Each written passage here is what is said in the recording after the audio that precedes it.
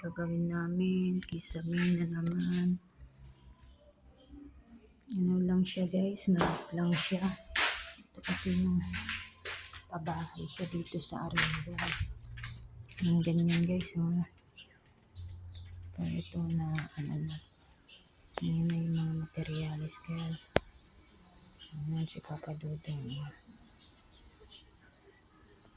Nag-duplex pero yung ilalagay guys. Yan. Duplex siya. Kisame kasi yung ilalagay ni Papa Dudong.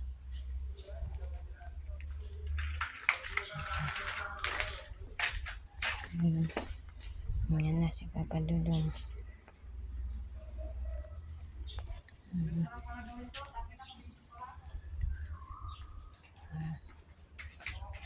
guys.